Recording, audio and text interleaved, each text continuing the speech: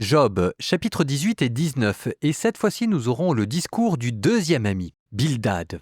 Verset 18, avant d'avoir la réponse de Job, verset 19.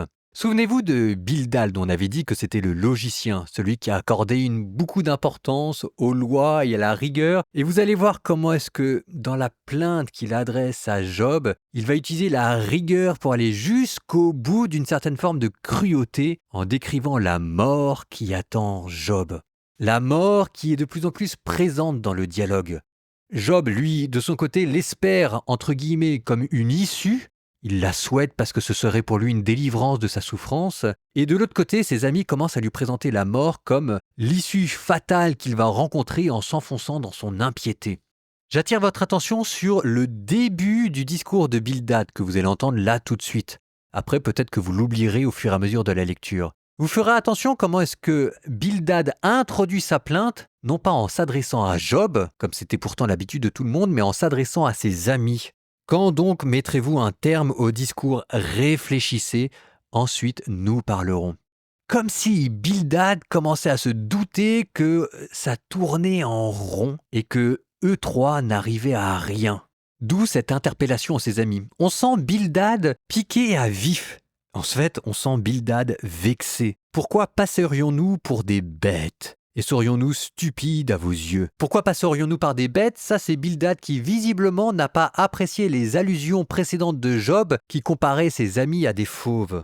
Et serions-nous stupides à vos yeux ? C'est-à-dire que les uns après les autres, ils sont en train de se déprécier. Ce qui commence à être en jeu dans le dialogue de Job n'est plus seulement de consoler la plainte de l'homme qui souffre, mais de sauvegarder son propre ego. Nous passons à la lecture de ce texte.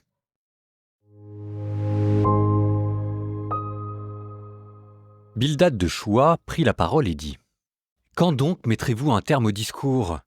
Réfléchissez et ensuite nous parlerons. Pourquoi passerions-nous pour des bêtes et serions-nous stupides à vos yeux ?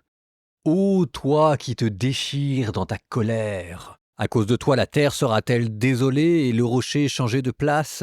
Oui, la lumière du méchant s'éteint, la flamme de son feu ne brille plus, la lumière s'obscurcit dans sa tente, sa lampe au-dessus de lui s'éteint, ses pas vigoureux se raccourcissent, ses intrigues le font trébucher, car il se prend les pieds dans le filet, il marche sur un piège, un lacet le saisit au talon, un collet se referme sur lui.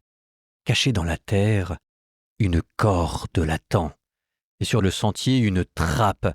Autour de lui des terreurs l'épouvantent et s'accrochent à ses pas. En pleine vigueur, il souffre la faim et le malheur se tient à ses côtés. Il dévore sa peau, le démon de la mort, il la dévore par lambeaux.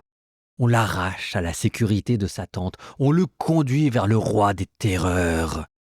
Un autre habite sous sa tente qui ne lui appartient plus, sur sa demeure on répand du soufre.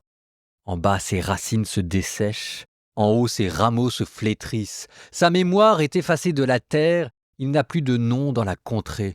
De la lumière on le pousse dans les ténèbres, et du monde on le chasse.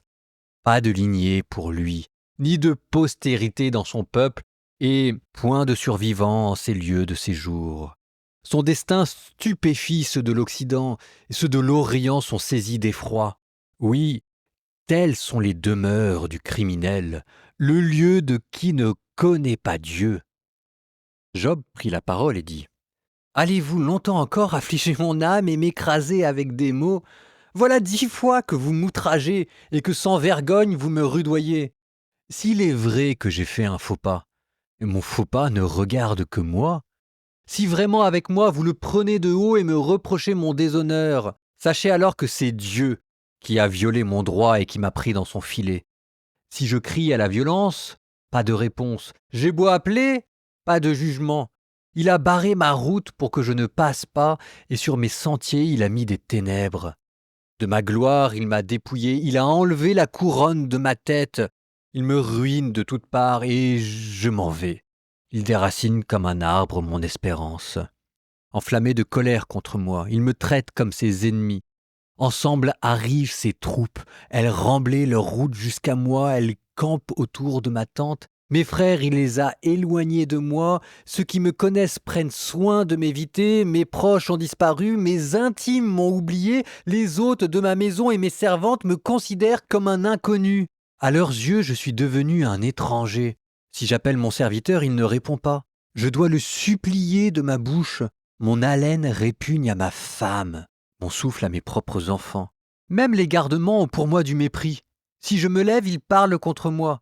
Tous mes confidents m'ont en horreur, ceux que j'aimais se sont tournés contre moi, mes os collent à ma peau et à ma chair, je n'ai pu sauver que ma peau et mes dents. Ayez pitié de moi, vous du moins, mes amis, car la main de Dieu m'a frappé. Pourquoi me poursuivre comme Dieu lui-même? Ne serez-vous jamais rassasiés de ma chair? Ah, si seulement on écrivait mes paroles, si on les gravait sur une stèle avec un ciseau de fer et du plomb, si on les sculptait dans le roc pour toujours. Mais je sais, moi, que mon Rédempteur est vivant, que le dernier, il se lèvera sur la poussière, et quand bien même on m'arracherait la peau de ma chair, je verrai Dieu. Je le verrai, moi en personne, et si mes yeux le regardent, il ne sera plus un étranger. Mon cœur défaille au-dedans de moi.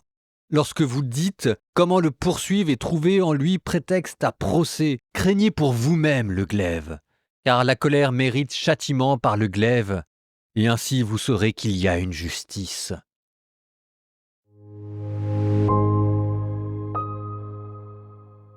Reprenons.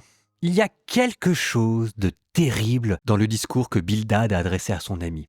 Verset 5. Oui, la lumière du méchant s'éteint, la flamme de son feu ne brille plus. Qui est ce méchant dont Bildad parle? Le méchant dont il parle, c'est Job.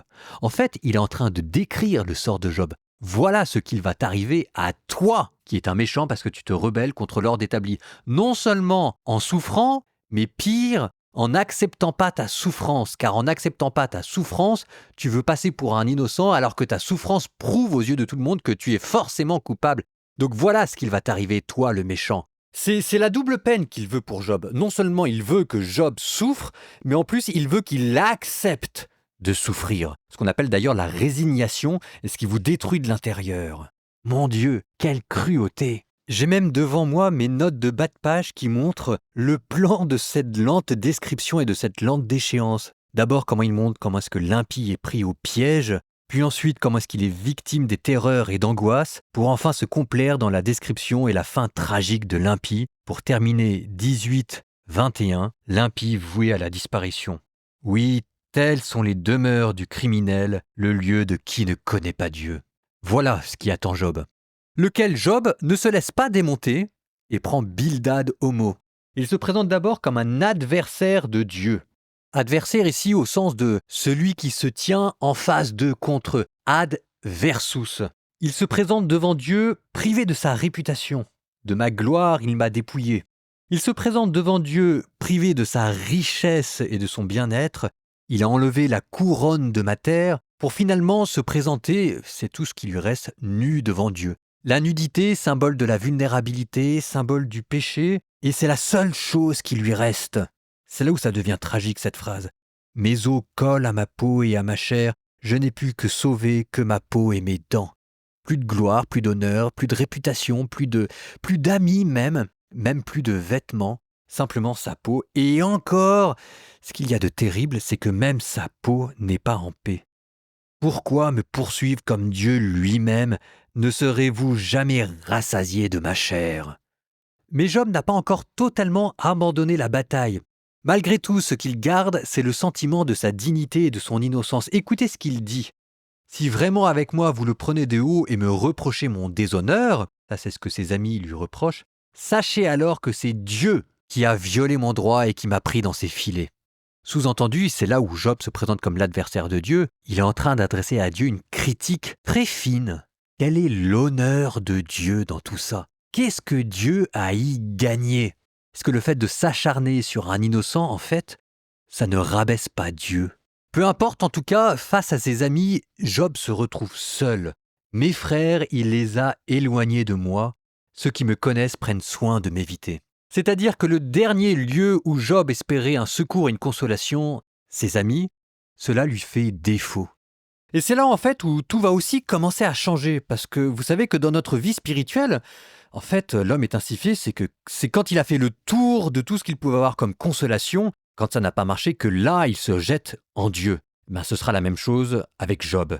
N'ayant pu trouver aucune consolation sur terre, même si Dieu est son adversaire et qu'il y a une sorte de jeu d'amour et d'haine entre lui, au moins Dieu est resté là. Et à défaut de l'avoir consolé, il lui a pas dit des platitudes qui l'ont enfoncé dans son malheur. Donc Job se tourne vers lui. Bon, c'est pas difficile de voir que c'est exactement ce que nous faisons dans notre vie. Quand on se trouve au fond du gouffre, qu'on n'a plus aucun espoir humain ou aucune consolation matérielle qu'on puisse attendre, c'est peut-être là où en fait la foi pure, la foi nue peut jaillir. Et voilà ce que ça donne dans le livre de Job. Confession de foi, inattendue et qui arrive comme un cri lancé en face du Dieu vivant. Mais je sais, moi, que mon Rédempteur est vivant et que le dernier il se lèvera de la poussière. De ma chair, je verrai Dieu, quand bien même on m'arracherait la peau. Et c'est là où, à force de souffrance, qui commence par défigurer l'image que nous avons en nous de Dieu, elle finit par la purifier. C'est quand même très étonnant. Insensiblement, le discours de Job est passé de la plainte à la révolte, de la révolte à la demande de justice et de la demande de justice à l'espérance. Tenant, non. Je vous propose pour la prière maintenant de revenir un tout petit peu plus tôt, en nous souvenant de Jacob et de Laban, et de confier les Labans que nous connaissons à la miséricorde de Dieu. Au nom du Père et du Fils et du Saint-Esprit, Amen. Seigneur, tu connais nos vies. Tu sais que parfois nous sommes en face de gens, même dans nos familles, qui cherchent à nous exploiter. Nous te demandons, Seigneur, d'être comme des Jacob, fermes, pas naïfs, mais suffisamment délicats pour arriver à la fois à protéger nos familles, tout en restant respectueux des différents liens familiaux qui à la fois nous unissent et nous font souffrir. Que Dieu qui est tout-puissant nous bénisse et nous garde, le Père, le Fils et le Saint-Esprit.